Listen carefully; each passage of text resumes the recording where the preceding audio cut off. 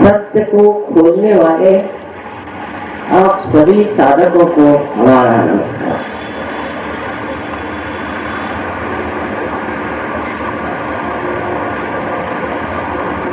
सबसे पहले ये जान लेना चाहिए कि हम सत्य को खोज रहे हैं या नहीं। सत्य की खोज में न जाने कितने ही लोग आज भटक हैं।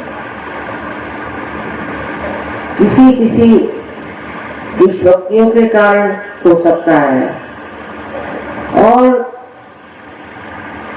अनेक धर्म मार्तंडों के कारण भी हो। हर तरह से देखा जाता है कि लोग किसी न किसी बहाने, किसी न किसी समूह में एकत्रित हो जाते हैं और इसी कारण न जाने कहां कहां लोग भटक गए।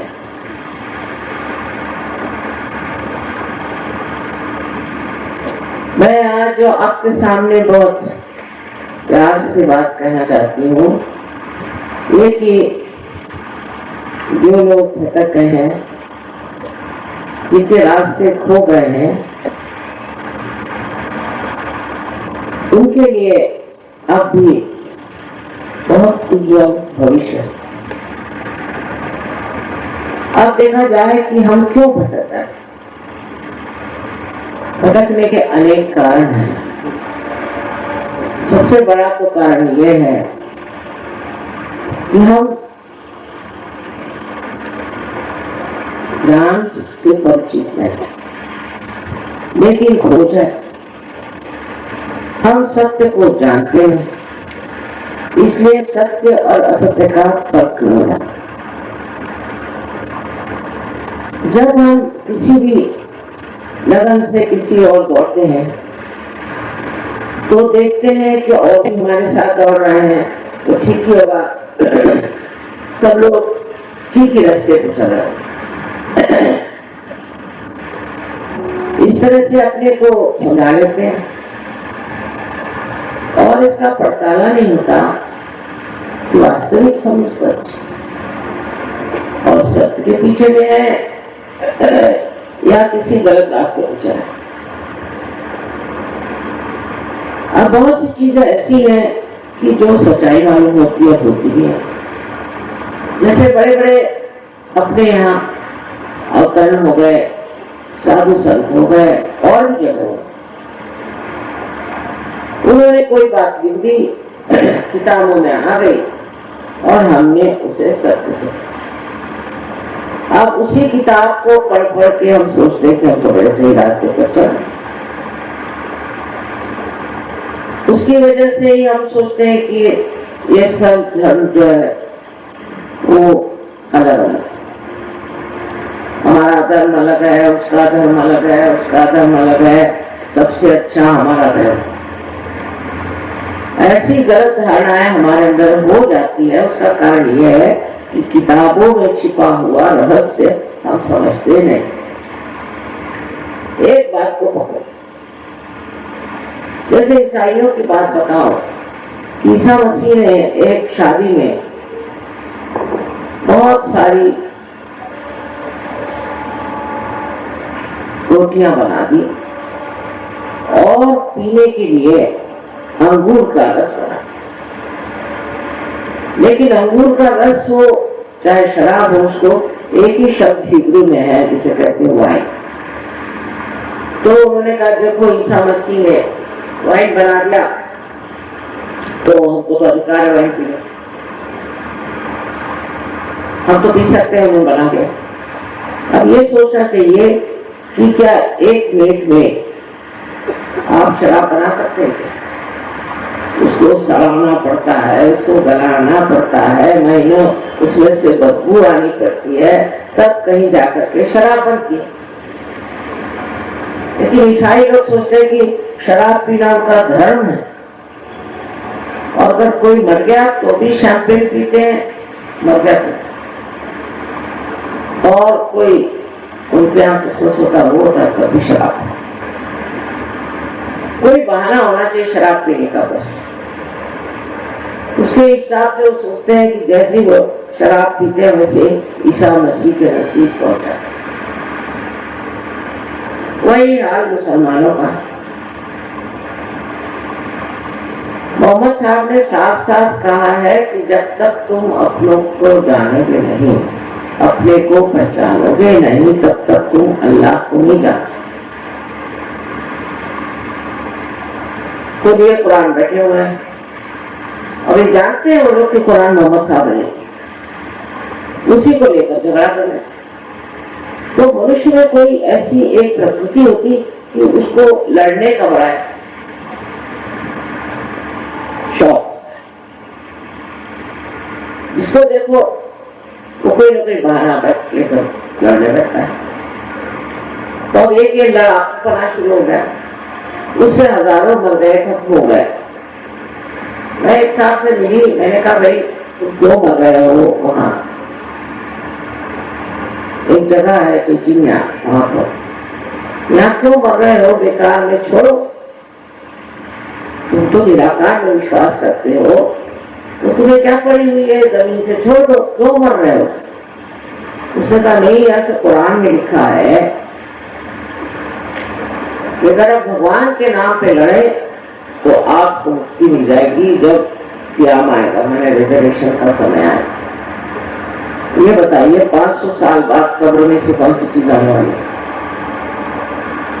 धर्म का मतलब ये नहीं है कि अपनी बुद्धि को ताक पर रखे, और कोई भी धर्म डंडे के जोर पे नहीं चल सकता, कोई छुपे उल्टी चीजें चले। इसी प्रकार हरेक धर्म में गड़बड़ शड़बड़। अपने यहाँ भी जैन धर्म को देखिए बड़े तमाशा है। एक देवी जी जैन धर्म की बहुत प्रशंसा करी थी, मैंने जो देखा सो तो बड़ी भयंकर चीज है। ये जैन धर्म में एक बेचारे ब्राह्मण को एक झोपड़ी में डाले और दुनिया भर के खटमल वहां लाकर, जब वो खटमल उसका खून पीकर जमीन पर गिर जाते हैं, तब वो सोचते हैं कि अब देखो असली पुण्य मिला कि इतने खटमलों को हमने दान किया, रक्तदान। उसका वो बेचारा ब्राह्मण बिल्कुल हतबल होकर जब बाहर आकर खड़ा होता है, उसको पैसे देते। खटमलों को बचाने से और मुर्गियों को बचाने से क्या फायदा है? क्या मैं उन लोगों को आत्म साक्षात्कार दे सकती हूँ क्या?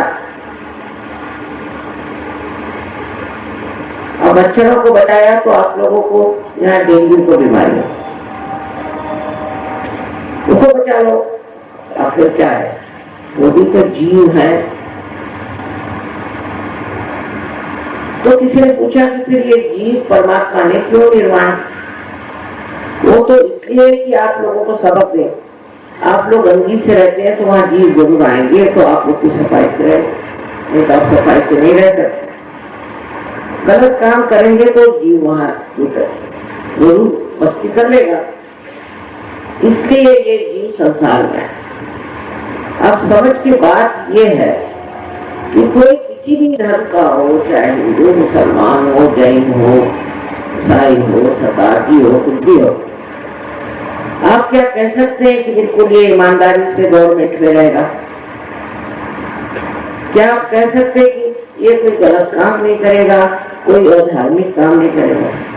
हाँ, ये जरूर है 5 वर्ष वनवास करे, हो सकता है हर रोज वो चर्च जाए या हो ईसाई हो, अपने दूसरे धर्म में किस तरह के किताब का पठन करे और सवेरे 4 बजे उठ करके, जैसे हमारे महाराष्ट्र में इसी तरह कोई कभी महाराष्ट्र की पोथी पढ़े। देखना ये चाहिए कि अगर आपने ऐसी दवा ली जिसे धर्म कहते हैं, तो आपके अंदर कौन सी विशेषता आ गई? लड़ रहे धर्म के नाम पे। अरे भाई, आप धार्मिक है तो आप में कौन सी विशेषता है? क्या आप में होगा? कौन सा चमत्कार आपके अंदर आता है? सच देखना चाहिए। इससे हमें कोई लाभ नहीं हुआ। मैं एक माँ हूँ, माँ तो तुम्हारे स्वार्थ की बात है। और स्व का अर्थ जान लेना, यही स्वार्थ। जब तक इसको जाना नहीं, सब बेकार की चीजों में लड़ाई झगड़ा करने से आपको कुछ भी नहीं प्राप्त होने वाला है। मैं साफ साफ कह देना चाहती हूँ। इस पर कितने लोग कह गए, मैं ही नहीं कह रही हूँ कि भाई असल को पाओ। नानक साहब ने कहा, कहे नानक बिन आपा चीने मिटे न ब्रह्म की पाई। महाराष्ट्र में इतने संतों ने यही बात कही, कितनी तरह से समझाया। इस तरह समझाया कि तुम सिर्फ बाहर की ओर देख के अपने लिए संतुष्ट कहते हो। समझ लीजिए, एक बहुत सुंदर सा चित्र, उसके अंदर वर्षा हो रही है, सब लोग स्नान हो रहे हैं और चारों तरफ हरियाली है, नदी है, सब देख रहे हैं आप। एक चित्र को देखने से क्या प्राप्त कर, चित्र मात्र को देख रहे हैं, लेकिन जब तक आप उसका साथ में जाएंगे नहीं, उसका अनुभव लेंगे नहीं, तब तक वो चित्र चित्र ही है। पर आप अगर उस चित्र पे टिके रहना चाहते हैं तो टिके रहिए, और अपने को बड़े धार्मिक समझते तो और भी समझ लीजिए, और आपस में सेल्फ कवर करना तो और सब। परमात्मा का नाम जब लेते हो तो तुम लोग अलग अलग कैसे हो सकते हो, यह सवाल पूछना है कि जब एक ही परमात्मा के हम सब बच्चे हैं तो हम सब अलग अलग धर्म क्यों करते हैं। मैंने ऐसे ही कहा इटली में कि हम तो एक विश्व धर्म को मानते हैं, एक विश्व धर्म, जिसमें सारे ही धर्म का सत्य। तो वहां लोगों ने कहा नहीं, हम तो अलग अलग धर्म रखना चाहते हैं। मैंने कहा क्यों भाई? नहीं, हमको तो अपना अलग धर्म चाहिए, हम अपने अलग धर्म रहे हैं, इसलिए कि लड़ सकते हैं आप आपस में, नहीं तो नहीं लड़ सकते। अगर एक धर्म हो जाएगा तो आप कैसे लड़ेंगे? तो जिसको सत्य प्राप्त करना है और जो असलियत में चाहता है, उसे ये सोचना चाहिए कि मैं अनुभव शून्य एक जीवन को ही धर्म समझ के कैसे। अब एक रही बात धर्म की, जो कि हमारे ही अंदर, इसे जागरूक करना आवश्यक है। जब वो हमारे अंदर जागरूक होता है तब बाह्य के धर्म की कोई बात ही नहीं। ऐसा आदमी धार्मिक ही हो जाता, वो कभी अधार्मिक काम कर ही नहीं सकता, क्योंकि उसके पेट के अंदर ही वो जागरूक हो। अब दुनिया में ऐसे लोग हैं जो चोरी चकारी सब करते रहते हैं, कहते हैं उसके बगैर जी नहीं सकते। रोज खसोटी होती रहती है, वो भी कहते हैं। फिर और भी अनैतिक कार्य करते रहते, चोरी छिपे करते रहते, कभी पकड़ में आ जाते, कभी कुछ करते हैं। सब पागलों का जैसे एक समझ लीजिए एक मोहाल। तो दूसरे देखने वाले सोचते कि हम भी क्यों न करें, हमें कहा क्या हमारे पास कम है बुद्धि, हम भी इसमें ज्यादा स्टेटस देकर सकते हैं और इनसे भी ज्यादा हम सबको ठिकाने लगा सकते। तो अब हो गया, एक मोहाल तैयार हो गया, उसके हजारों लोग आ गए और चला शुरू। फिर कहीं पकड़े गई, कहीं कुछ हुआ, कुछ आ रहे, एक आ गया सकता। समाज की जो सारी स्थिति है वो बनती है धर्म, और ये धर्म कोई एक धर्म नहीं, अनेक धर्मों का जो सार है वो हमारे अंदर जागरूक हो जाता है। तो उसमें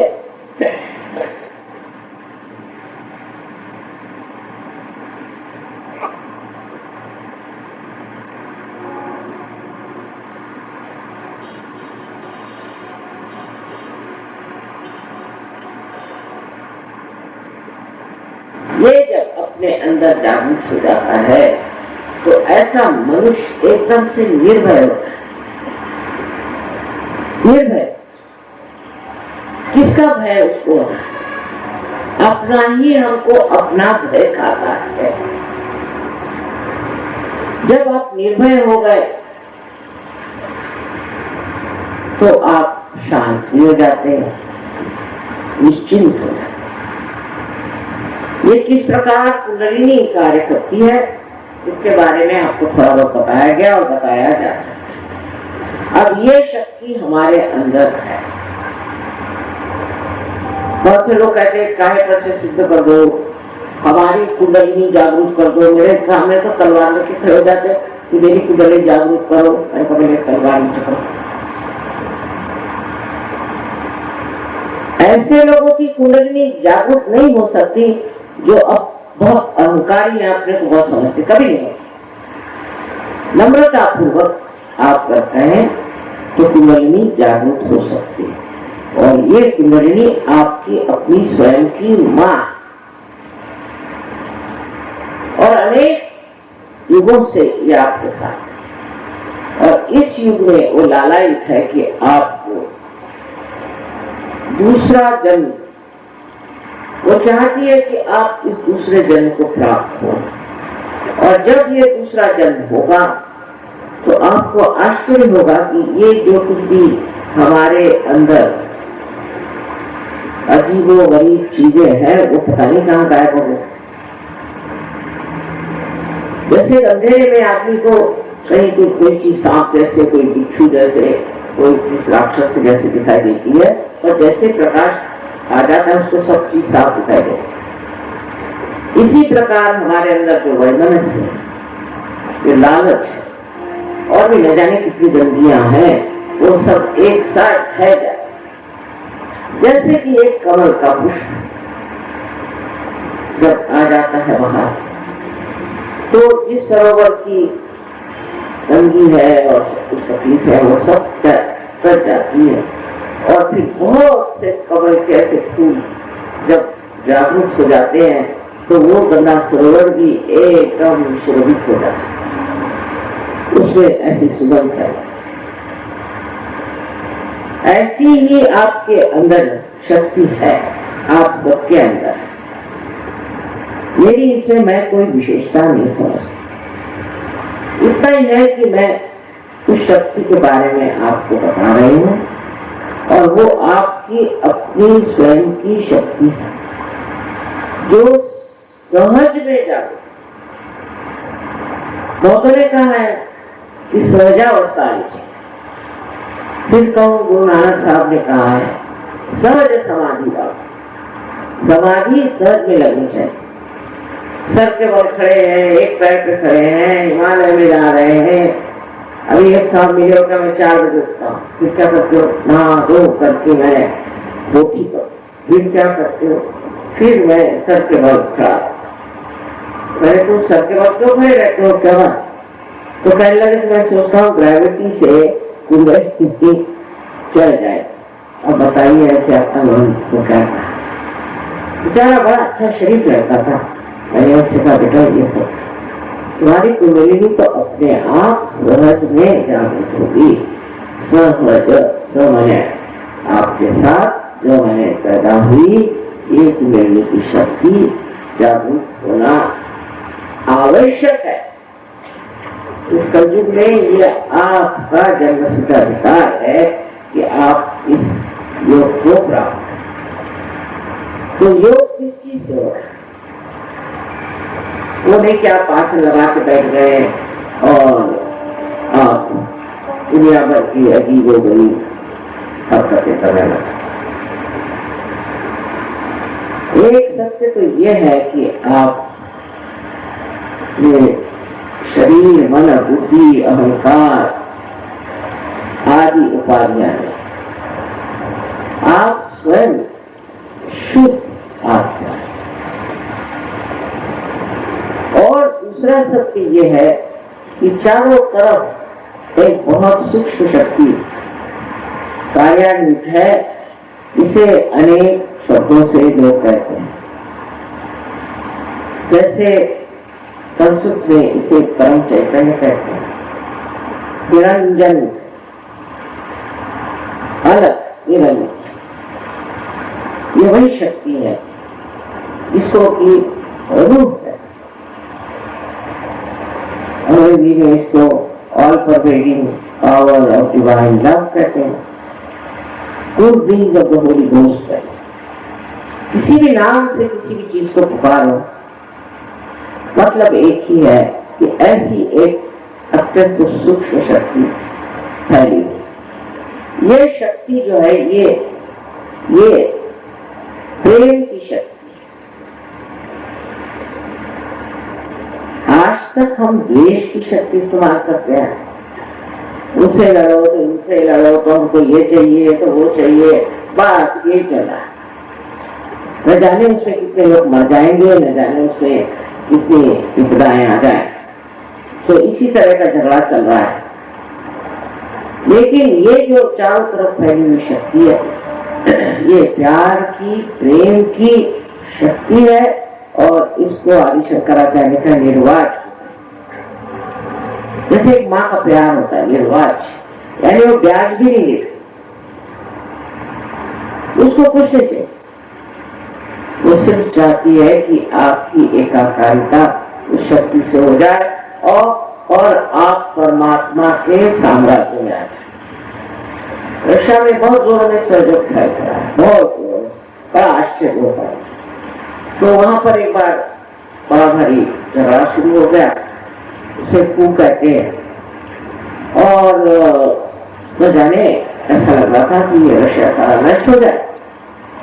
तो सहयोगियों से मैंने कहा कि तुम लोगों को परेशानी नहीं हो रही, तुम्हारे देश में इतनी आफत खड़ी हुई, मैंने बहुत किसकी परेशानी, हम तो परमात्मा के साम्राज्य में बैठे।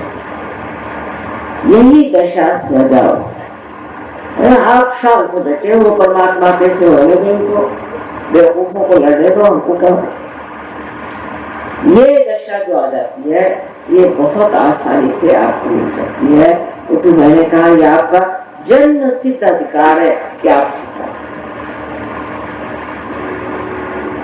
फिर आप किसी भी धर्म के हो, किसी भी गुरु घंटाल के चरण छुए हो, कुछ भी गड़बड़ शड़बड़ करी हो, कुछ भी किया हो, सब कुछ माफ, तब आपको अनुभूति हो। और अनुभूति के बगैर मान देना किसी चीज को गलत। अब जैसे कि हम बैठे हैं और हमें महसूस हो रहा है कि यहाँ की अनुभूति है कि यहाँ लकड़ी, और अगर लकड़ी के ही हम कहें कि लकड़ी है, तो ये तो बेकार की एक उलझन। इसी प्रकार मनुष्य उलझता जाता है और जो चीज है ये नहीं, उसी में विश्वास करता जाता है, और जो चीज है उसे प्राप्त नहीं करता, वो चिपका रहता है उसी गलत फहमी में कि वो बहुत सही रास्ते पे चल रहा है, और जो असलियत है उसको पा नहीं सकता। क्योंकि जरा आप मुंह मोड़ के खड़े हैं तो आपके गले में आ करके तो यथार्थ हार नहीं पहनाने वाला, पर यथार्थ की ओर नजर हो, रियलिटी की ओर नजर हो, तो रियलिटी आपको कदम चूम सकती है। ऐसे आजमाना है। अब असलियत क्या है, हमारे अंदर कौन सी ऐसी चीज है जिससे हम जान सकते हैं कि हम अपनी साक्षात्कारी हो। सबसे पहले पांचवें इमाम ने कहा था कि आपकी उंगलियां बोलेंगी और शहादत देंगी आपके खिलाफ। यही होता है कि आपकी उंगलियों से ठंडी ठंडी हवा है। अगर वो नहीं आई ठंडी ठंडी हवा, तो किसी तरह की जैसे कि चींटियां काट रही, उस तरह की संवेदना, इसका मतलब है आपके ये चक्र कुछ खराब है, उसमें कोई तकलीफ। कभी कभी जलना सा होता है, अगर वो जलने लग जाए उसका मतलब आपके अंदर कोई बीमारी घर कर। ये सब चीजें सहयोग में आप सबको मालूम, ये तो मैं नई बात है, लेकिन पहले आपको अनुभूति आनी चाहिए। उसी से पहले अगर आप वाद विवाद करना शुरू करें ये कैसे वो कैसे, तो दिमाग चढ़ जाता है। कबीर ने कहा है, कभी की पढ़ी पढ़ी पंडित मूर्ख है। ज्यादा पढ़ लिख लेने से मनुष्य जो है मूर्ख कैसा होता मुझे समझ नहीं आ रहा था, लेकिन हो जाता है। मैंने देखे बहुत पढ़े लिखे विद्वान, उनका काम बड़ा है क्योंकि जरा सा कुछ आवाज हुआ शुरू, फिर कुछ आवाज हुआ शुरू, तो क्या कर सकते? और खुद कहते हैं कि हमने बहुत पढ़ लिख लिया, इसलिए हमारा दिमाग बहुत खराब। अब जिसे हम दिमाग कहते हैं, माइंड कहते हैं, वो चीज क्या है? असल में इसको चीज है, हमने बनाया सब, एक तो अपने अहंकार से और अपने दूसरे संस्कार, इसको भी कंडीशनिंग है। इससे हमारा ये दिमाग बना हुआ है, हम ही ने बनाया और हम ही इसकी गुलामी कर रहे हैं। जैसे कि कंप्यूटर अब हमने बनाया, अब कंप्यूटर के बगैर हमारा कुछ नहीं चलता। कैलकुलेटर के बगैर हम दो नहीं मिला सकते, उसके लिए भी कैलकुलेटर चाहिए। ऐसे हमारी हालत हो गई है। वही प्रकार इस मामले में भी है कि हमने ये जो दिमाग बना लिया है, यह है नहीं किसी का, और ये जैसे बहकाने दे। दूसरी कमाल इसकी है कि ये आपको ऐसा धोखा दे सकता है कि आपको पता ही नहीं चलता। कहेगा हाँ ये ठीक है, चलो बहुत अच्छे, बाद में पता हुआ कि आप अपनी कुल पड़े। इस दिमाग से आपको उठना है, इस दिमाग से परे उठने के लिए क्या करना चाहिए? बहुत कुछ नहीं करना चाहिए, वो भी नहीं आता। मैं कहूँ कुछ नहीं करो, आराम से बैठो, तो बैठे आप शांति पूर्वक आराम से बैठो, आपका अधिकार है, आप इसे प्राप्त करेंगे।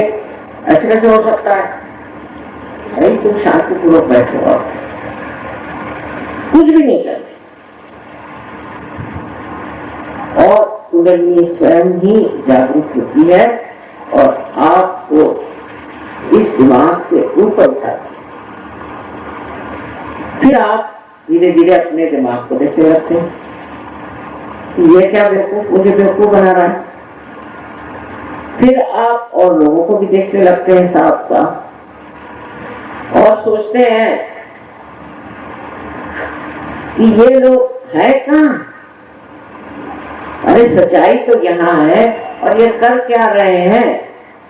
कि धीरे धीरे आपको समझ में आता है कि आपके समाज में, आपके वातावरण में क्या क्या दोष हैं, और कैसे कैसे आपको भी ग्रस्त लिए थे, आपको भी उन्होंने खाया हो।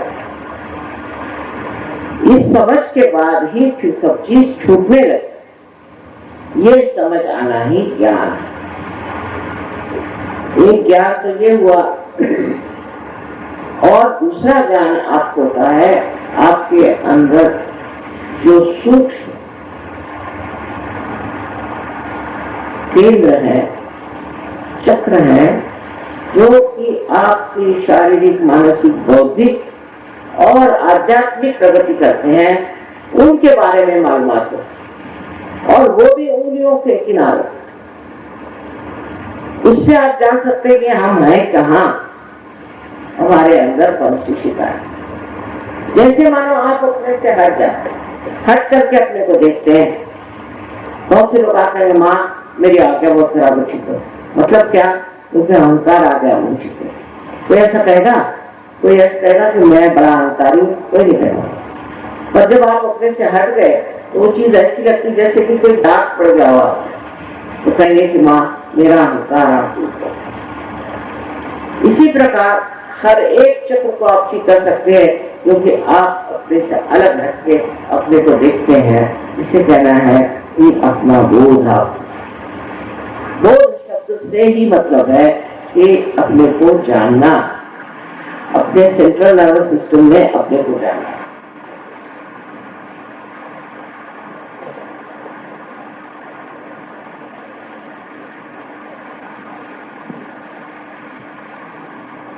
माने अब आप जान सकते हैं कि ये सर्व शक्तिमान शक्ति क्या है? आपकी उंगलियों में ठंडी ठंडी बरसात, आपके ब्रह्मरंध्र से भी कुंडलिनी ऊपर आ सकती है, उससे भी ठंडी लहर। ऐसा पहले कभी नहीं होता।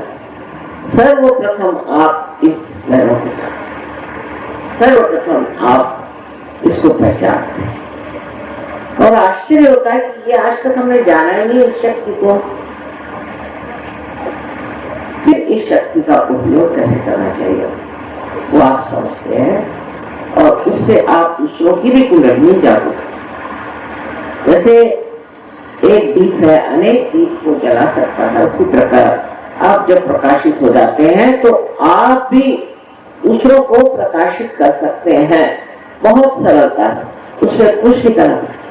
और वो करते वक्त जो मजा आता है, ना तो आप पैसा चाहते हैं कुछ चाहते, बस इससे बैठ कर तो निकला बड़ा आनंद। जैसे एक बागवान को फूल को खिलते हुए देखते आनंद आता है, उसे कहीं अधिक दूसरों की गुणगान जागरूक करने में मजा आता है। इस प्रकार से जो फैलेगा,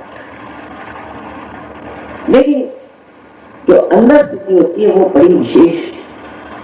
माने ये कि आप एकदम शांत हो जाए। वो ऐसा है कि हम लोग जब सोचते हैं तो हमारे विचार एक यहाँ तो हम भविष्य के बारे में सोचते हैं या भूत के बारे में सोचते हैं और उसी पर नाचते रहते हैं। अगर कोई क्या वर्तमान में आप तो नहीं आ सकते, वर्तमान में आने, लेकिन जब कुंडली जागती है तो वो इन विचारों को ऐसे लंबा खींचकर और बीच में जगह पर बीच से विलंब कहते हैं, उस विलंब में ही वर्तमान है। तब आप एक नई दशा में जाते हैं जिसे कहते हैं निर्विचार समाधि।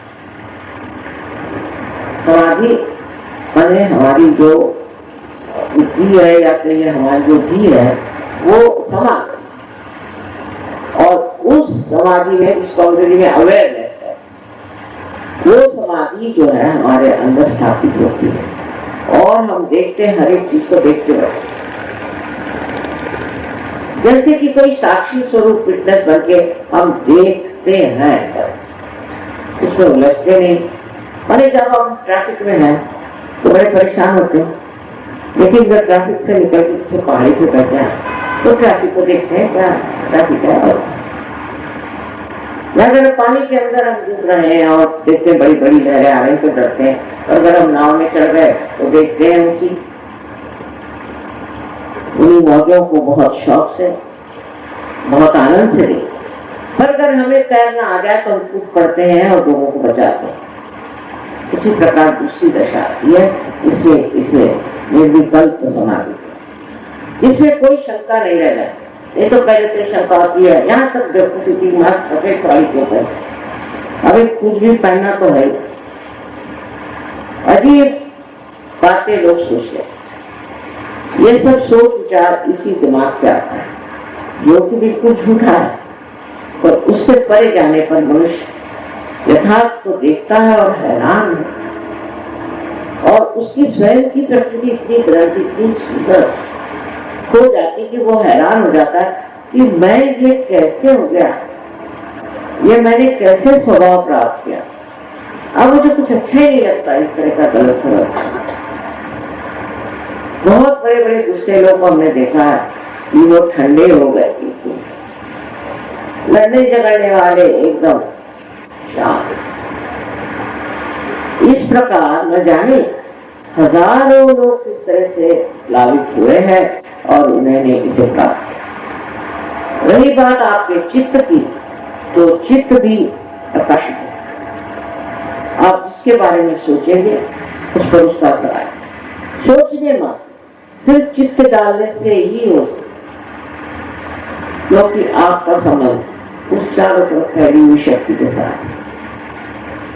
जैसे कि आप रेडियो बजता है, टेलीविजन देखते हैं तो कहते हैं कि ईथर से पहुंचता है। ऐसे ही समझ लीजिए कि ईथर का एक सूक्ष्म स्वरूप वो शक्ति है। उसको पता हो गया कि आपको किसी की चिंता हो गई, इंतजाम कर देते हैं। उनकी जो शासन शक्ति है वो हमारे इंडियन एडमिनिस्ट्रेशन जैसे है, एकदम तुरंत बराबर इस तरह से काम वो बनाते हैं कि आपको मैं बता रही तो आपको लगता है कि माँ ऐसी हमें समाज समझा रही है। सच बात है, मैं खुद हैरान हूँ। देख करके कि इस शक्ति की तत्परता और इसकी आपसी आपस की पहचान एक श्लोक इस तरह से ये शक्ति समझती है और किस तरह से कार्य को करके सामने। आप तो जानते हैं कि सहयोग में कोई मेंबरशिप नहीं है, कुछ नहीं है, किसी तरह की कोई ऐसी चीज,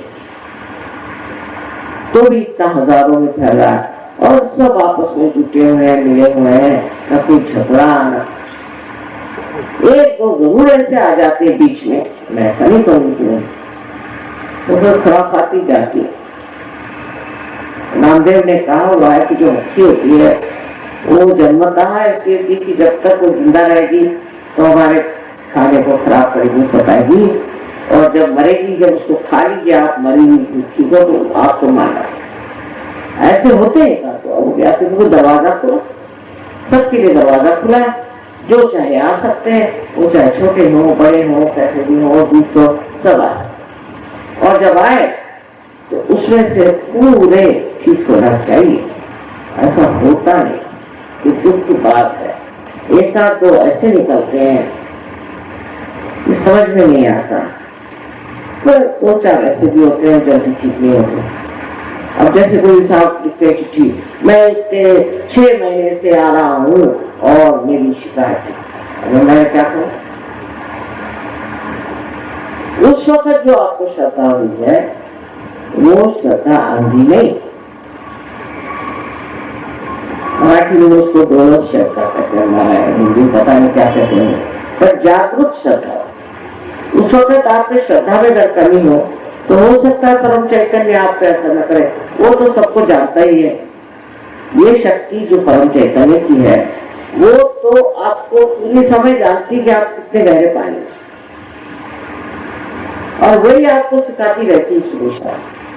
अब ये बातें ऐसी लोगों को लगती है ये कोई तो भी दूसरे परे दुनिया की माँ बाप कर रही है और ऐसे कैसे हो सकता, पर हो, और आपको इसको चूकना है।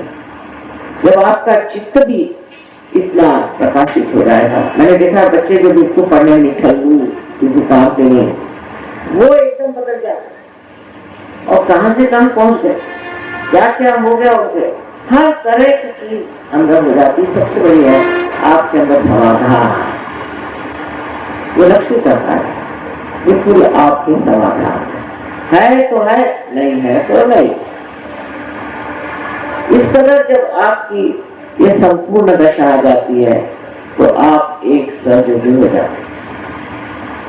हालांकि हर एक आदमी अपने सहयोगी मान लेता है, पर ऐसी बात मानने से हम तो कोई सर्टिफिकेट नहीं देते, कोई पदवीदार नहीं होता कुछ, लेकिन आपको खुद ही समझना चाहिए और सब दुनिया भी जानती है कि कौन असली सहयोगी कौन, तो इससे गहरा उतरना पड़ता है।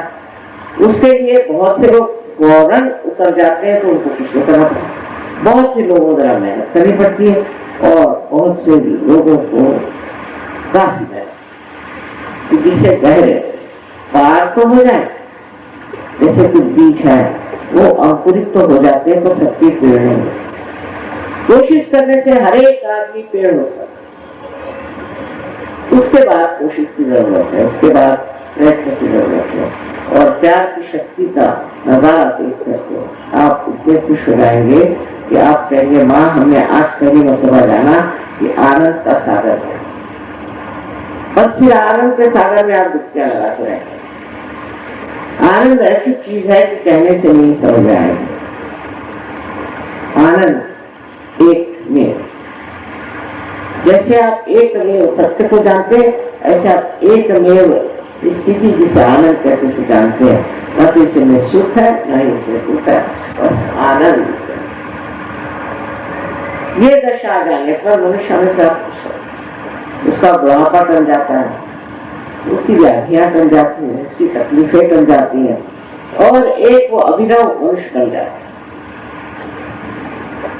मुझे बड़ी खुशी की बात लगती कि दिल्ली शहर में इतने लोग सहयोग हो, पता नहीं क्या दिल्ली शहर की विशेषता है, यहाँ पर इतने लोग सहयोग कर रहे हैं और सहयोग में उतरे हैं, और अगर ऐसा वातावरण यहाँ पैदा हो तो यहाँ बड़े सत्य प्रेमी और वो भी आनंद देने वाले, सुख देने वाले लोग हैं। बहुत बड़ा भविष्य अपने भारतवर्ष के लिए बना हुआ है। सहयोग की सबसे बड़ी जो देन है वो इस देश की। यहाँ के लोग कैसे धार्मिक हैं, अच्छे हैं, प्रेम है।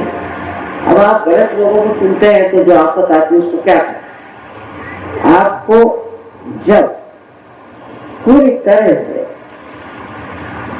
ये स्थिति प्राप्त होगी तब आप बहुत समझदार हो और आपके समझदारी से सब चीज बदलेगी। मेरा यही विश्वास है कि मनुष्य का पूरी तरह से निरंतर होना चाहिए। जब तक उसका पूरी तरह से परिवर्तन होता नहीं तब तक न तो समाज की और न ही देश विदेशों की किसी की स्थिति ठीक नहीं होती। बड़े बड़े लेक्चर देने से कोई फायदा नहीं, उसको भी बहुत बड़ा एक संग्राम, और वो संग्राम है कि मनुष्य अपने को जीते। दूसरों से लड़ने की जरूरत ही नहीं, अपने ही अंदर बसी हुई चीजों से वो जीत ले और उसके लिए बहुत आसान तरीका है। उसके बाद देखिए सब जगह अमन, चैन, शांति आ जाए। जो हमारे गुरुओं ने बात कही है, जो हमारे साधु संतों ने बात की है, वो सब सिद्ध होने वाला। इसकी बातें कितने देर भी मैं करती रही, आप लोगों को तबियत नहीं खरीदी में जानते हो, पर बातें तो बातें रह जाती ना। वो तो शब्द जाल है, इससे परे उठना चाहिए। सबको जो है आत्म साक्षात्कार प्राप्त। लेकिन एक बात है कि मैं इससे जबरदस्ती नहीं करती। तो अगर अपने को लाचार समझते हैं तो तशरीफ ले जाए, और अगर कोई अपने को बिल्कुल पापी समझते हैं तो वो भी तशरीफ। मैं न तो किसी को लाचार समझती हूँ, न किसी को पापी। ये लोग जो कहते हैं तुमने पाप किया, ये क्या, वो स्वयं पापी हो, तो इस तरह की बातें कोई सोचने की जरूरत नहीं। आप एक साधक सत्य के पुजारी हैं, यही बहुत।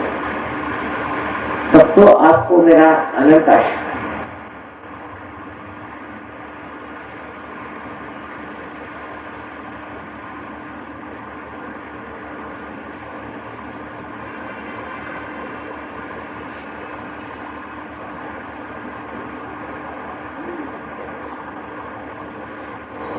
आप जिनको आत्म साक्षात्कार नहीं, मेरी विनती है वो लोग चलेगा, क्योंकि औरों के और यहाँ देखते बैठने की कोई जरूरत नहीं और बेकार में परेशान होने की कोई। जिसको आत्म साक्षात्कार चाहे उसी को मिल सकता है, जो नहीं चाहता उससे कोई जबरदस्ती हो सकती है क्या?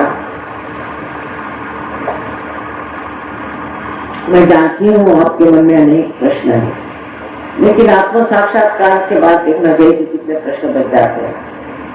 फिर आप शिक्षा लिखिएगा मुझे, इसके बाद, इससे पहले नहीं।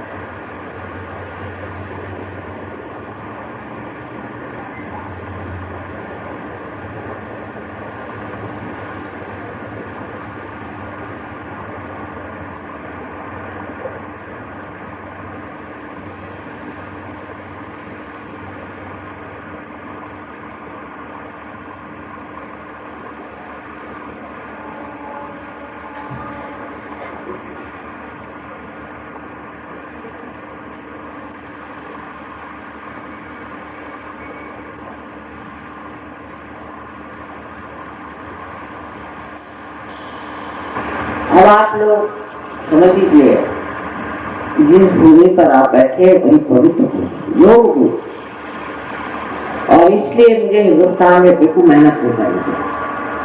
बाहर बहुत मेहनत करनी पड़ती है, तब कहीं जाके नहीं होती है, पर हिंदुस्तानी आदमी बहुत भाग्यशाली। आप लोग जानते नहीं कितने आप भाग्यशाली।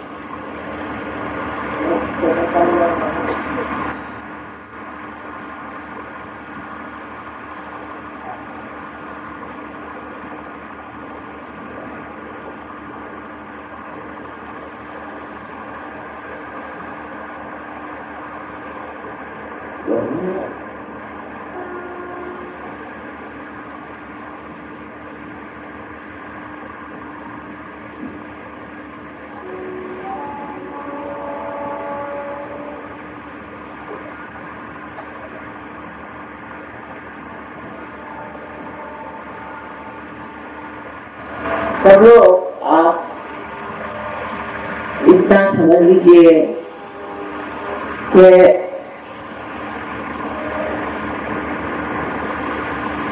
आपको अपने प्रति श्रद्धा भी होनी चाहिए, प्रेम होना चाहिए, आदर होना चाहिए, क्योंकि आप मानव और मानव जाति को ही ये चीज प्राप्त, इसलिए आपको अपने प्रति एक तरह की बहुत श्रद्धा, पूर्ण प्रेम और पूर्ण विश्वास होना चाहिए। ऐसा नहीं सोचना चाहिए कि मेरे होगा या नहीं होगा, ऐसे सोचने की बात ही नहीं है। सबसे पहले तो आपको अपने को क्षमा करना है। माने ये बहुत से लोग कहते हैं माँ मैंने बहुत पाप किए, ये वो, मैं तो कान कर पड़े तो मैं तो मानती नहीं हूँ। पर इस तरह की बात सोचने से ये चक्र पकड़ा है। ये चक्र पकड़ने से लेफ्ट साइड में मनुष्य को बहुत सी बीमारियां हो सकती है। स्पॉन्डिलाइटिस की बीमारी से होती है, अंजाइना की बीमारी से होती है, और दुनिया भर की बीमारी। तो बिल्कुल नहीं सोचना है, ये सोचना है कि मैंने कोई कभी पाप किया नहीं, न मैं पापी हूं, मैं बिल्कुल दोषी नहीं हूं, ऐसे आप सबको मन में कहना है। दूसरी बात है कि आप अपने को जैसे क्षमा करते हैं ऐसे सब दूसरों को भी करते हैं। उसके बारे में सोचने की जरूरत नहीं है कैसे क्षमा करें। माँ बहुत से लोग कहते हैं हमसे क्षमा नहीं, यानी क्या नहीं होता। आप क्षमा नहीं करते तो क्या करते हैं, और करते हो तो क्या करते हैं, कुछ भी नहीं करते। पर जब आप क्षमा नहीं करते हैं तो क्या होता है मालूम, आप अपने को छलते हैं, अपने को सताते हैं, और जिसने आपको परेशान किया वो भी विनाश है। इसलिए आप कृपया सबको क्षमा कर, पूरी यह मन में कहे कि माँ मैंने सबको क्षमा कर, लेकिन उनके बारे में सोचिए नहीं कि किसको क्षमा कर। ये सोचने की कोई बात ही नहीं है। बेकार का सरदर्द, जिंदगी भर आपने अपने को क्षमा, और इस विशेष समय पर आप नहीं जानते आपका ये जो चक्र है तो इस प्रकार बड़ा कठिन था। और खिलेगा या संकीर्ण इतना है कि जब तक ये नहीं खिलेगा तो गरी नहीं खुल जाएगी नहीं। इसलिए आप सबको क्षमा कर दें तो खुल जाएगा और तुम नहीं होगा। इसलिए पूरी तरह से आप मन से सबको क्षमा करें, इसी से आपका हालत बनता है।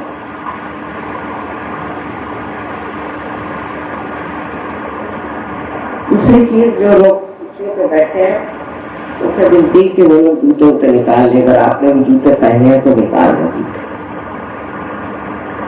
जूते निकालना जरूरी, क्योंकि इस प्रतिमा बड़े हमारे अंदर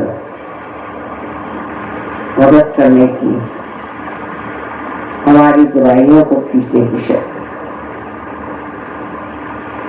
जब मैं इंग्लैंड में पहली मर्तबा मैंने कहा कि जूते उतार लीजिए तो आधे लोग उसको चले गए। कभी ये भी कोई कमाल है। हमारे देश में लोग बहुत चीजों में चुपके रहते हैं, जूते में नहीं चुपके रहते। बस अब कुछ करना नहीं। अब आप दोनों हाथ मेरी ओर है, सब लोग दोनों हाथ।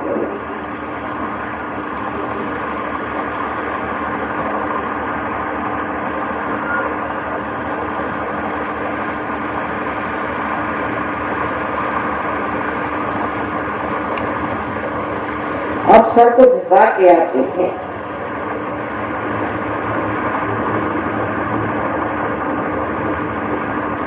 अपना लेफ्ट हैंड में लेफ्ट राइट इसके करें कि अपने इतनी जो भाषाएं हैं उसमें अंग्रेजी में आती, लेफ्ट के तरफ लेफ्ट हाथ और सर झुका के और देखे इस सर से ठंडी या गर्म हवा आपके तालू, क्योंकि एक स्निग्ध सी व्यवस्था थी, वहां से जब ठंडी या गर्म हवा बच्चे में जब होते ना छोटे तो उनकी तालू होती है, उसके ऊपर देखिए, अगर सर से ऊपर देखिए, हाथ घुमा के देखिए,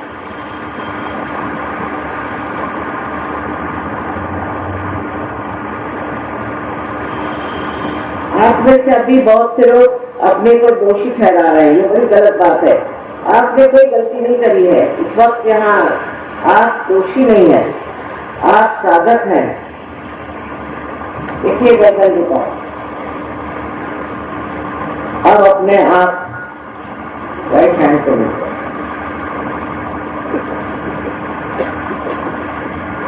और लेफ्ट हैंड सर झुका के लेफ्ट हैंड से देखो।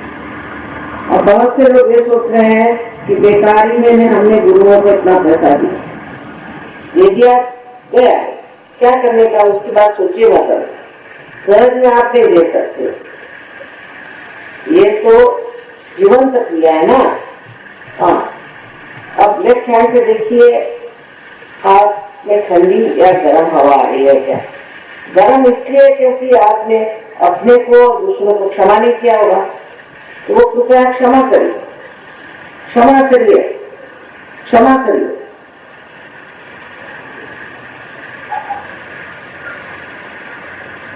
अब एक बार लेफ्ट हैंड मेरी ओर करें और सर झुका के और राइट हैंड से देखें और क्षमा करिए कि गर्म हवा बहुत आ रही, क्षमा।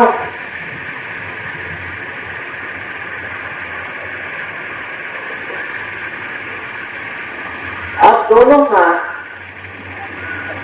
आकाश की ओर और सर पीछे झुका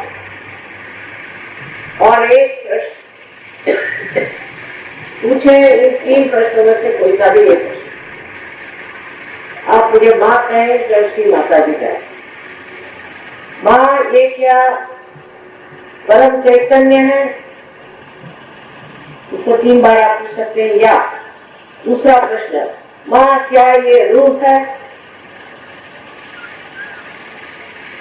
तीसरा प्रश्न, माँ क्या ये परमात्मा की परम प्रेम की शक्ति है? इसमें से कोई सा भी एक प्रश्न 3 बार करें।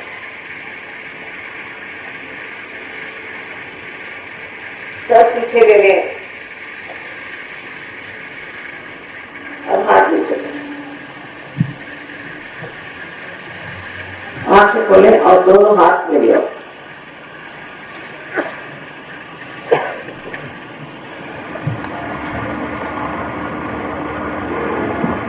अब जिनके हाथ में मेरी ओर देखिए, बगैर सोचिए मत, मेरी ओर देखिए, कर सकते हैं आप सोचिए मत। किसी को नीचे से करानी हवा हो उसे ऐसे इस तरह से ऊपर ले, और अब जिन जिनके हाथ में, उंगलियों में, कलमे में या तालू ठंडी या गर्म हवाएं हो, वो सब लोग कृपया हाथ ऊपर कर। और those who have got things on their head, you understand? Wow. सब लोग क्या पार हो गए दिल्ली के, आपको मेरा आनंद कमाल एक रात दो तो नहीं हुआ। हो सकता है उनको कोई तकलीफ हो, बीमारी हो, कोई दिमागी जमाकश हो, कुछ बात हो, लेकिन हमारे यहाँ बहुत अच्छे अच्छे केंद्र हैं, वहाँ आप लोग आए। जो भी लोग पार भी हो गए हैं, ये न सोचे कि हम बिल्कुल स्वर्ग में हो गए। अच्छा बहुत लगेगा, एक दिन में बहुत अच्छा लगता है, पर इसमें आगे उतरना चाहिए। उसके लिए आपको हमारे अलग अलग सेंटर्स में आना चाहिए। वहां से आपको पूर्ण इसके बारे में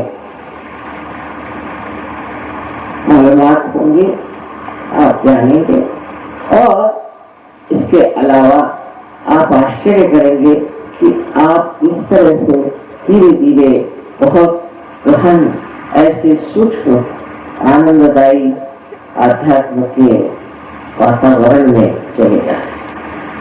ये कोई कठिन बात, लेकिन थोड़ा समय अपने को देना चाहिए।